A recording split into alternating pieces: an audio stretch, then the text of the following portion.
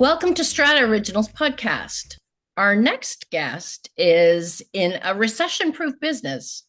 She's in a business that all of us need. She is known as the compassionate funeral director.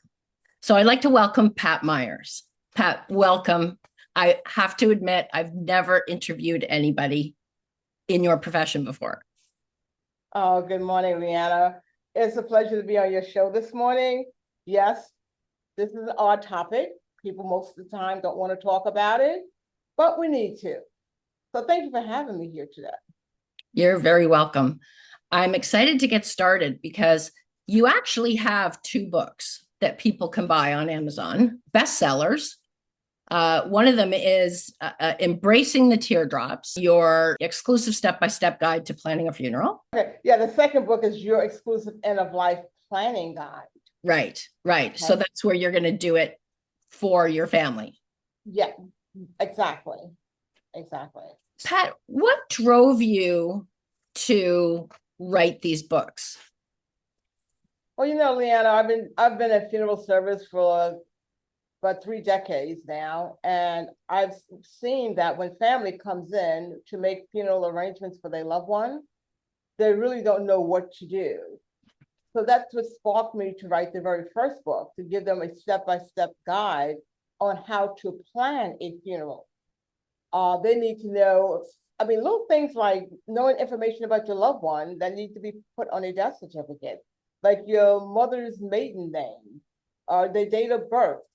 And oftentimes people don't know that. It's funny because sometimes when I ask the question, what was your mother's maiden name? And they say, I wasn't born there. I wasn't born when that happened. So that's not a reason for not knowing. So I wanted to bring awareness to people that your family history is very important. We don't think about it, but at the time of death, that information is what a funeral director needs in order to complete a death certificate. So now, that's what me.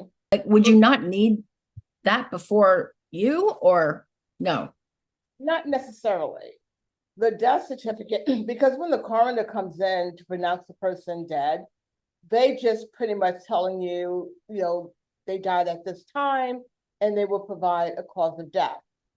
But there's a step further where the funeral director comes in and get personal information about your loved one in order to complete the death certificate. Right. Okay. Wow. And it's amazing to me that people don't know, say, their mother's maiden name or where they might be born or when their birthday was or anything about them. Absolutely. And you know what I think what happens, Leanna? People take it for granted. You can live in the same house with a person and you really don't know that person because you don't get that deep into a conversation, to find out more about that individual or their family. Yeah. This is my husband, this is my wife, that's it. But it's much more beyond that. And, again, that's why I want people to be aware of information that's very important, that they should start probing with their loved ones during the holiday season, when you're having that talk around the table. Just ask questions. It's a simple fix. People have to go digging or?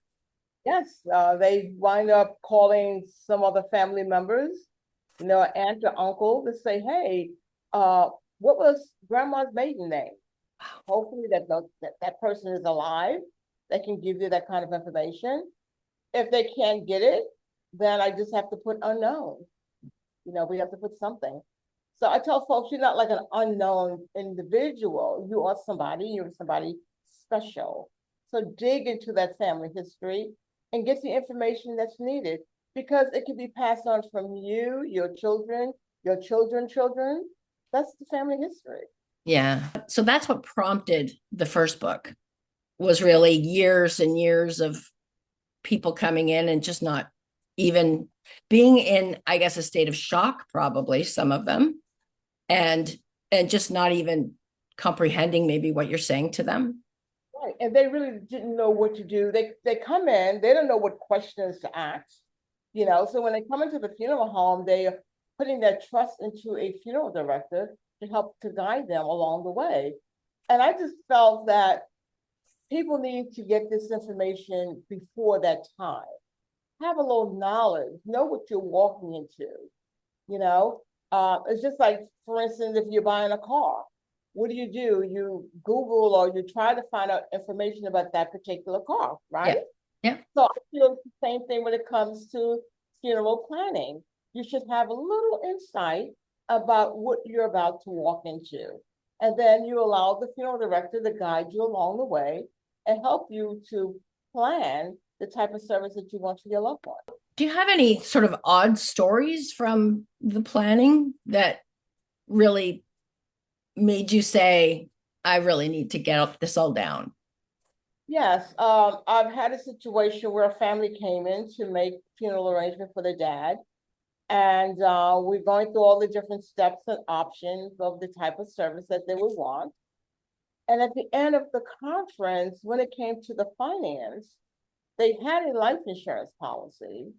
However, dad never changed the beneficiary on the life insurance policy. Okay. So when that happens, you either have to go to have someone appointed as the administrator of the estate. Okay. And all the family, all the children, or whomever has to agree that we're going to let Mary become that administrator of the estate in order to close our dad's estate because he didn't have a will. Wow. Now you have this life insurance policy where dad never changed the beneficiary. He still had mom's name on it, but mom since then had died, so he never changed it. So that becomes a problem. So I saw those type of challenges that families face when they come into the funeral home. I see where there are bank accounts and or they don't know what bank it is or where the bank book is. So I'm like, we got to get it together. So seeing that happening over and over again, Yeah. it really like kind of pained me as a funeral director. I'm like, there is a need. I have to do something to help people along the way. And the reason, again, people don't talk about this subject, they have no idea what to do. Somebody has to do something to help them along the way. Yeah. So I'm the chosen person to come out to Yeah. do. And it's too bad it's at that point, right? When they're desperately in need of those things, like the life insurance to pay for the funeral. And Yeah, and the other thing too, Leanne, that family is not aware of is the cost of a burial plot. Okay, they come in. Oh, we want to have a funeral service. You're thinking about the funeral piece, but it's the final disposition, and that's rather costly. And where I'm at, in in the New York area, so all of that information all of that need to be talked about, so you can have a better understanding how to set yourself up financially. So when something happens, it's not really a burden on your loved ones. yeah, yeah. Wow. So that was the first book. How long had you been a funeral director before you wrote your first book? Oh my goodness. So I was a funeral director, I would say about 25 years before I wrote the first book. Wow. When I got into the funeral industry, I would say maybe my 15th year in funeral service, I had this nudge of writing a book pertaining to this. But again, I work at a very busy home. I'm 24/7. I didn't have the time to do that. It wasn't until I became ill, and I was on my hospital bed. Wow. And, when I was diagnosed with cancer, and I thought at that moment I was going to die. And the question that came to me on my sick bed was, what is it that you should have done that you didn't do? And when I thought about it, the first thing that came to mind was the four-letter words that flashed into my vision very boldly: book. I'm like, oh my God, you told me 15 years prior to this to write a book to help people along the way to understand the process of funeral planning. So through my recovery, on my sick bed, I pull up my laptop and I started outlining and I started writing information. And it was something within me that I had to do. I said, because I have something to deposit into the universe. And it would be so sad if I was taken away with all this wealth of knowledge and not share it with other people. So that was really, really, really inspired me, you know, pushed me further into writing the book and helping people. To that point, had you left information for do you have kids? Yes, I have a daughter. So had you left her information as to where to find everything that, like, was she prepared, or was that sort of a wake-up call? That, partially. And it's so sad because I'm a funeral director and I know better. So I had partial information, but not as detailed as I should have. But after writing this book, and I looked at myself, like what I didn't do, what I should know, and I put that there in the book to help others. And after that, I really got my act together. I said, oh, well, let's step back a bit. So I got my will in place, my power of attorney, everything that's needed. I have it in place, and my daughter knows everything about me. Well, it often takes us facing our own mortality to get us in gear, because for most of our lives, we don't think about death. Right. Right. And so it's usually after something like you went through, and thank goodness you came out on the right end of things, and wiser. And some would say everything happens for a reason. Absolutely. So you wrote the first book, and it's clearly something that was needed in the market because it's a bestseller on Amazon. And I think it's information everybody needs to know. And we'll have the links to both your books actually in the description down there. and so people can click on it. And then, but it was, how many years did you say between the first and the second book? 13 years. Because after I wrote the first book, I was like, okay, that's it. I got the information out there. And God nudged me again and said, no, you need to take this further. Okay, they know now how to plan a funeral, but I need you to help them get themselves together.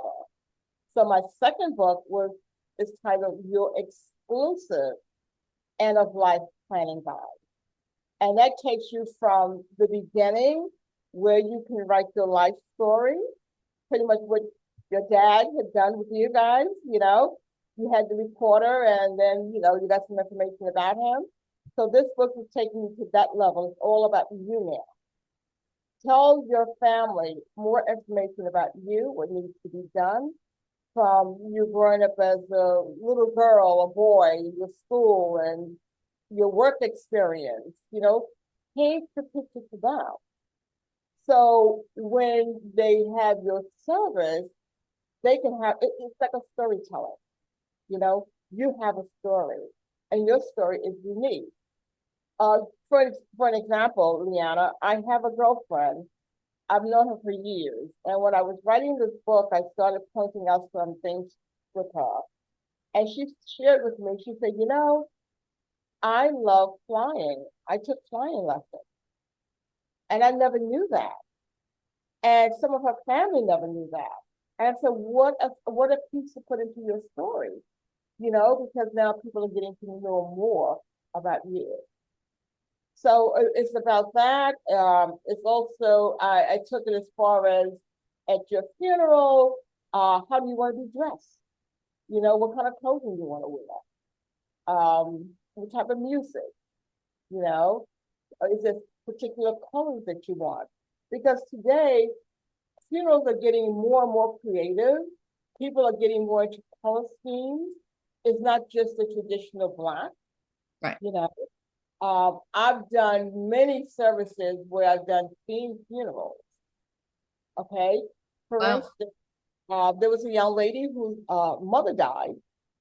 She was about 16 years of age, and she didn't want to come into the funeral home. So her dad asked me, can I talk to her? So what I did, I had a meeting with her. I had her to come in, got her a little comfortable, and I asked her, I said, tell me something about your mom. Just tell me something about your mom. So she began to tell me the story about her mother, and she said that her mom loved the casino. Every weekend she would go to the casino. So I said to her, I said, well, if I were to do a themed casino for your mom's funeral, would you like that? I had no idea how I was going to do this. Okay. So she told me yes, but now I have a commitment. I have to do something to help bring this young lady to a closure about her mom. My dad, he was a motorcyclist and he was in a club, and these guys at the club had slot machines. I Wow. called them. I said, could you let me borrow your slot machine? So I designed the funeral home chapel into a casino. Wow. And I had the music going, wheel, oh, fortune, you know? So when people came into the funeral home, they saw that. But what was so intriguing to me is to watch the gleam in this little girl's eyes, that now she was able to walk into the funeral home and see mom, and seeing mom was seeing her with the casino theme, with Yeah. the jacket that she's gotten, you know. So, when I say, those are some of the things that I do, and I kind of help people in the exclusive end of life planning guide to give a little bit more details on how they would want their funeral. So if they want something themed, they could they could do that. What do you find is the reaction to people with a themed kind of? Oh, I find it to be more welcoming. It's almost like you're taking this sting out of death. It's not like the stillness of the body lying there that they're seeing. They're going into memory lane, so to speak. That really was Mary. Mary loved to cook.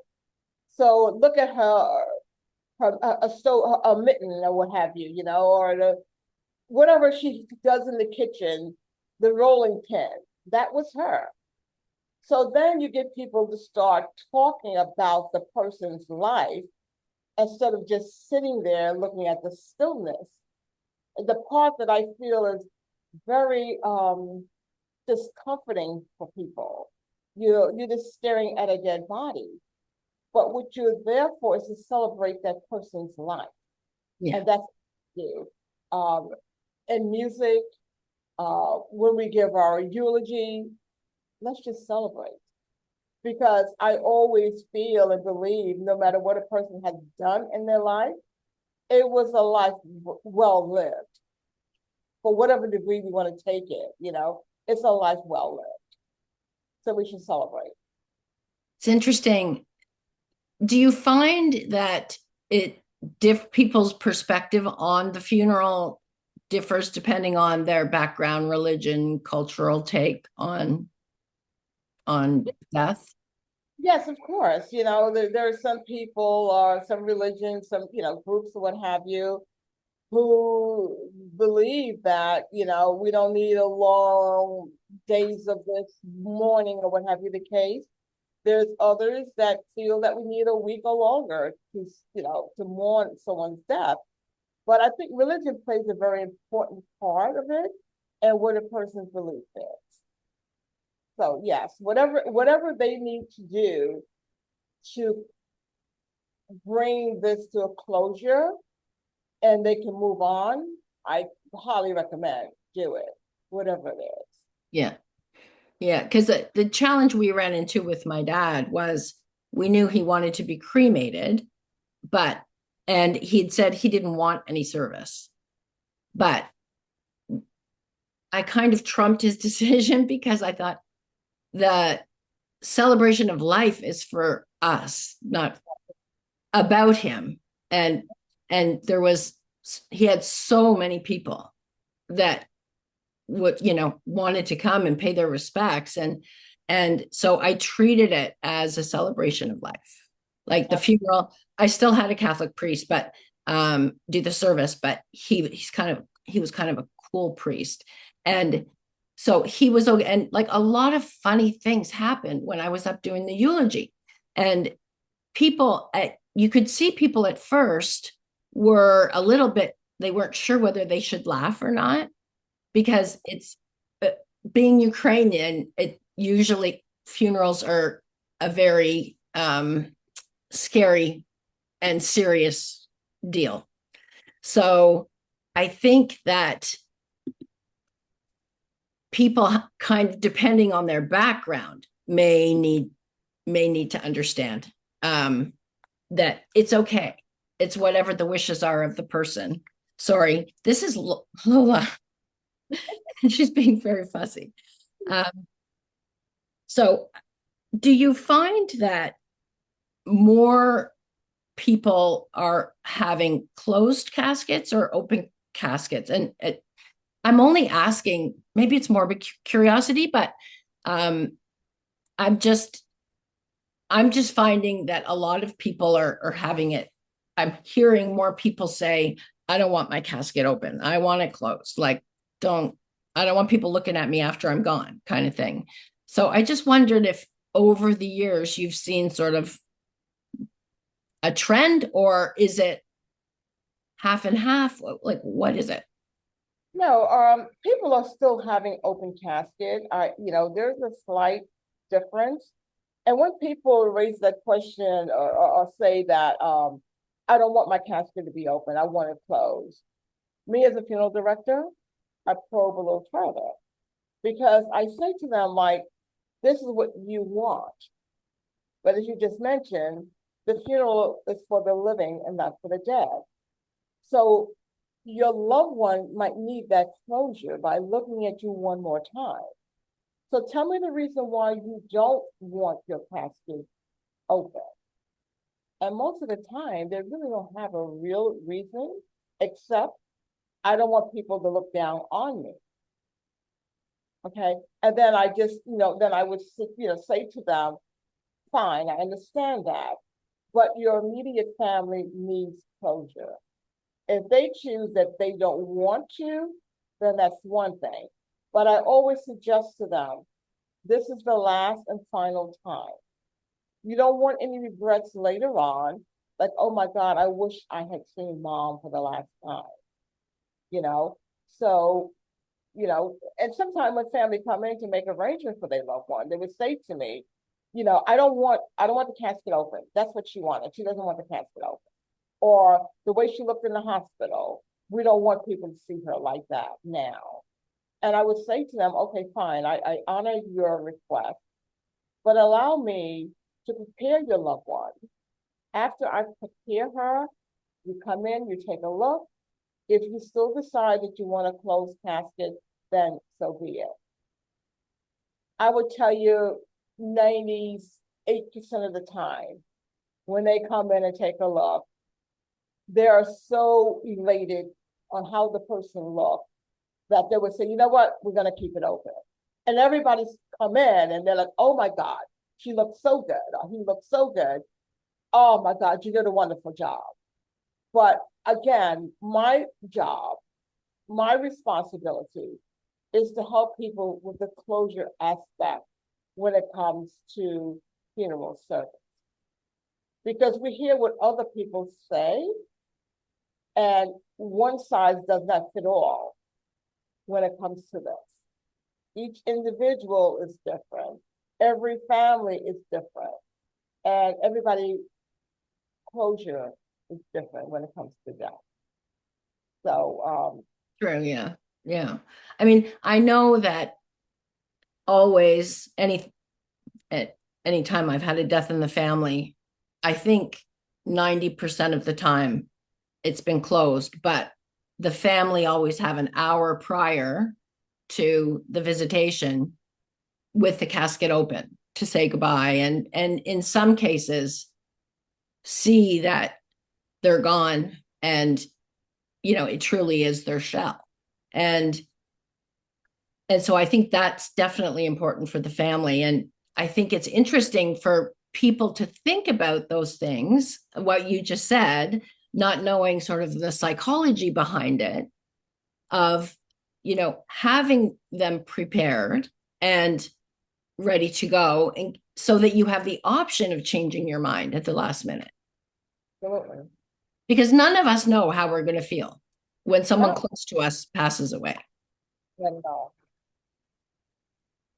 So when you wrote the second book about helping sort of planning this for yourself so that it's easier for your loved ones, what was the response to that? Oh my God, I got great response. Even today, people say to me, like, I am so happy you wrote the book because there were things that I never thought of that I need to sit down and write it out, put it in this book to give to my loved one. I have to do this. You take things for granted. And I told folks, it's so funny because when I go out and I do presentations, I used to tell folks, I said, you have the treasure box. You have everything in this treasure box. But what happens, you throw away the key. You don't give it to anyone else to open up to find out all the goodies that you have inside. It's not about the houses and monies and things of that nature. It's your legacy. It can be a recipe, a family recipe that you're the go-to person, that a family member would say, oh, on the Christmas or Thanksgiving, we're going to have Susie to make the sweet potato pie. You make the best sweet potato pie in your family. But now you gone, you die, and that recipe goes with you. That is your legacy. Share it with someone else. Yeah. I tell folks that even if you have it in your home, you might have a painting. You may not have a will, but you have a painting or something in your house. And you know that when one of your children or nieces or nephew comes in and say, Auntie, I love that painting. Your children may say, hey, I hate that painting. But Joey said, Auntie, I love that painting. So what should you do? Take that painting off the wall, put a sticker behind it. Right behind that painting, this goes to Joey. This way, Joey has the painting. It's little things. It's not always the big things. Like I said, your legacy. I always tell families, I tell people, what you should do is leave a legacy and not a liability Yeah. on you know. So just think, there could be a story, there could be a saying within the family that you want to carry on from one generation after the other. There may be things that your dad had told you as a little girl that you remember today, and you can pass it on to the next generation because there's some truth, there's some value to that, and you just keep passing it on, passing it on.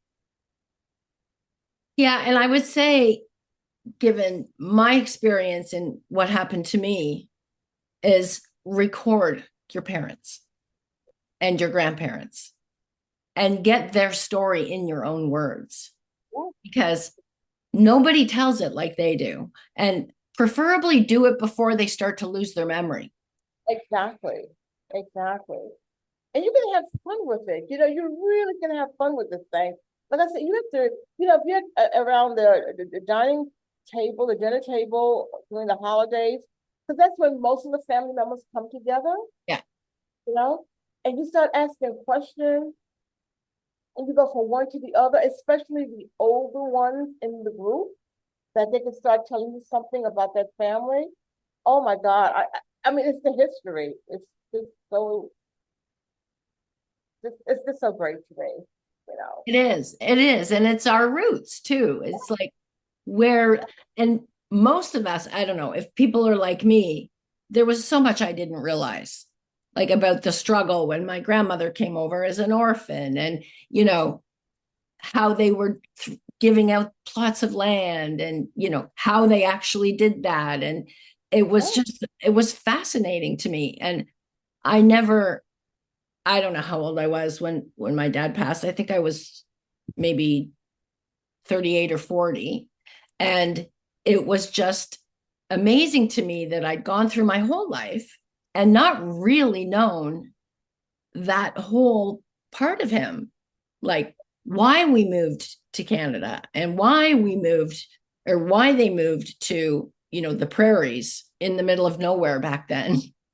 Right? Like it was just, there was so many things. And so I appreciated when you were talking about not knowing the history of your mother, your grandmother, not knowing their last name. And because I know if anything had happened to one of my parents or my grandmother, and I was responsible for that, I wouldn't have known I would have known my mom's maiden name, but I wouldn't have known any of the other stuff. I wouldn't have known where to get the birth certificate. I wouldn't even know where to start. And the other thing in this book, the last book, your exclusive end of life planning guide, I have some questions there where you can put information like the name of your bank, the name of the insurance policy company that you have a life insurance policy with. Also, there's another key in this planning guide is your password. We're living in the digital age, and we have so many passwords, and even your telephone. Okay, I had for an example, I had a family who I was dealing with some time ago. The mother was a very known person within the community. She died. The children could not get into her phone to get names of her contacts because they didn't know her password. It's not like back in the day you had a little black book and you scroll through that to get in contact with your loved ones, friends, or whomever. Everything's in the telephone. The phone was locked. They're not, listen, whomever, Apple, AT&T, whomever, they're not going to give you the passcode to that person's phone. Because they don't know it. Right. So I tell families, I said, listen, talk to someone you trust, I mean, give them the passcode to your phone. You need that for the bank account. You need passcodes for everything. So in this book that I've written, this is something confidential between you and the person you trust. Share that information. So when something happens, they're not lost. They're not lost. If you love them, you will prepare better for them. Because they are going through a lot. They've lost you. They're grieving. Now they can't get the information that they need to move forward. They're frustrated. And that just added burden on the person you leave behind. So get proactive and start writing things down. Try to make a difference for your loved ones. And not only that, it's a peace of mind for you as well. Yeah, it does make it a lot easier. In my book, I do have a piece in there about wills, about power of attorney. It's about a little piece about your estate planning. I'm not an attorney, but I just kind of highlight some things that they can start thinking about. Because yes, you don't want to get caught up in that inheritance tax, because depending on the size of your estate, it can be a lot of money. Yeah. The other thing that I tell people about also in this book is when it comes down to your healthcare proxy, it's not just the funeral piece. You can become ill and incapacitated like overnight. It's true. And you don't have anything in place. You don't have a power of attorney. You haven't made any decision that whether you want to stay on life support or not. These are important things you need to think about so that when the doctor comes to your loved one and say, well, listen, we're going to have to put her on life support, or we suggest that. And then you're like, or we will have to pull the plug on this person. And you're like, I don't want to make that decision. I don't want to be the one. I don't want to be the blame. So if you can, in this book, indicate what it is that you really want and give it to your loved one, again, that makes it a whole lot easier for them. They would not have guilt like, oh my God, I pulled the plug on mom. And then the rest of my siblings, we had an agreement, but I'm the one that pulled the plug, and that's bothering me for the rest of my life. But if you say to your loved one, if something really happened, there's nothing more, I'm brain dead or whatever the case is, and this is it, it's okay. Then I have the peace of mind knowing this is something that mom wanted. So there's a lot in this book. There's a lot of nuggets in this book to help you jumpstart to get things in order for your loved one. And I feel like this is the final gift that you can give them, a peace of mind. I agree. Yeah, I agree. It's those are the hard decisions that we have to make on, I think, to be fair to our loved ones. And because if you haven't been through it before, you're always asking yourself, if it was your dad, say, what would dad have wanted? And sometimes you say, well, here, I don't care what dad wanted because this is for us and for the people who loved him. But for the most part, the guiding factor is what would he or she have wanted? So I think it's brilliant to have all of that in one place because, again, if you've never been through it, you don't know what questions to ask. You don't know what things you need to think of. Like, would your loved ones want a do not resuscitate? Or, if you're brain dead, what would they want you to do? Like, if everything is left to you to decide, like, it's a lot of stress, making those decisions. So if their wishes are known, it's kind of like, I guess, having a living will is what the chain of events are when things happen. Okay. So that's brilliant. And, we're an aging population. So, and some of us are lucky to still have a parent, sometimes two. And, we have to think about these things because even if, they could get dementia, so if they're of sound mind, get as much information as you can. Okay. And also have it down for yourself so that your loved ones don't have to go through that. So you also do, Pat, talks and presentations for people, for groups of people. Is that kind of a summary of both things about what to prepare for, or? Yes, it is. It's a summary of both. I combine them both.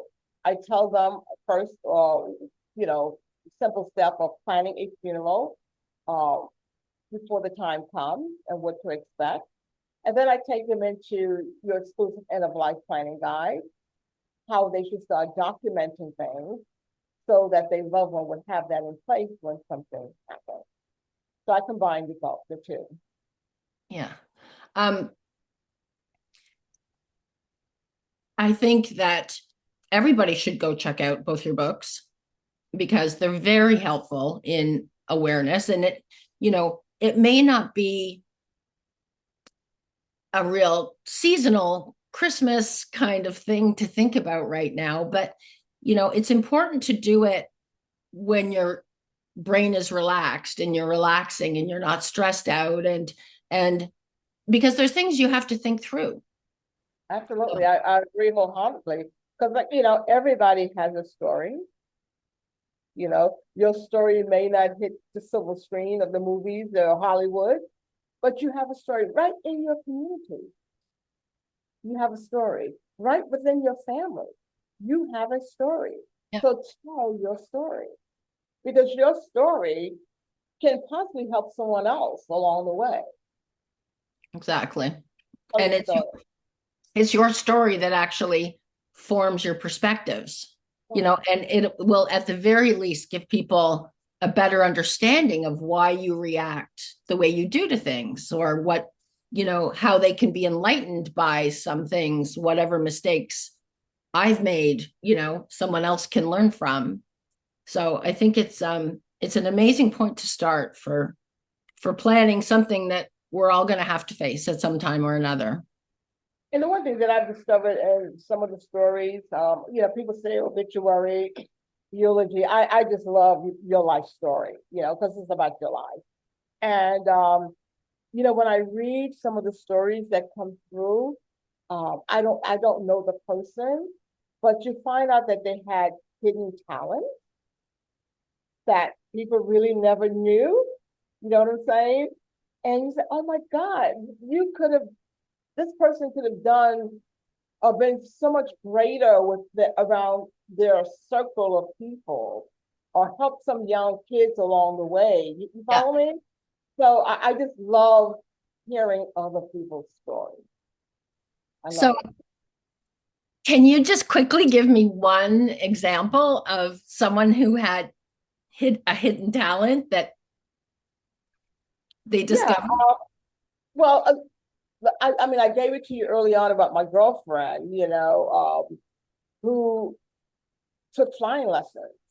Okay, Right. that I didn't know.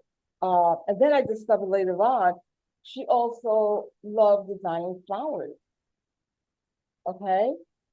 So, when I found out about that and I saw some of her work, I was, oh my God, you're hiding this? You need to put this out there, you know? But people, a lot of times they're shy. They really don't want to step out there like that, Yeah. you know? But it's life. And many of us, as they say, go to our graves with a lot of talent because of the fear within us that we don't bring out. You follow me? Yeah. Whereas it's so helpful to so many people out there. Yeah. Yeah. No, that's amazing advice though. That's awesome. And I wish I had have thought about that before too, Uh-huh. right? Because I'm sure that people who have gone before me have had many hidden talents that I never knew. And that's why I think this book is so important. Because what you're doing with this exclusive planning guide, you're writing information in your quiet zone. There's no one around you, and you just be authentic to yourself and truthful and saying, like, you know what, I am pouring out my all in this book because the person that's going to get this book, they're going to get this once I'm gone. Yeah.